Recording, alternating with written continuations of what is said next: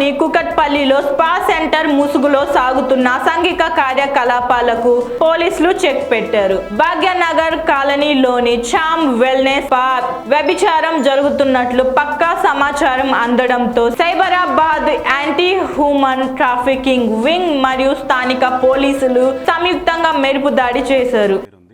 దాంట్లోకి రైడ్ చేస్తే అందులో ఒక 10 మంది ఉన్నారు.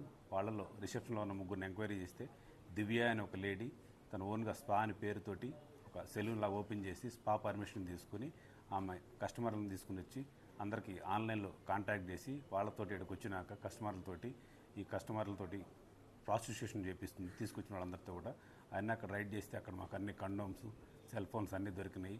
వాటి బేస్ చేసుకుని అక్కడ 6 విక్టిమ్స్ ఉన్నారు, ప్లస్ 3 ఆర్గనైజర్స్. ఈ దివ్య, ఆమెకు తోడుగా సంగీత అండ్ ప్రకాష్ అని వాళ్ళిద్దరు కూడా ఆమెకు సపోర్ట్ చేస్తున్నారు. కాబట్టి వాళ్ళందరి మీద కేసు నమోదు చేసి వాళ్ళు రిమాండ్ చేస్తున్నాము.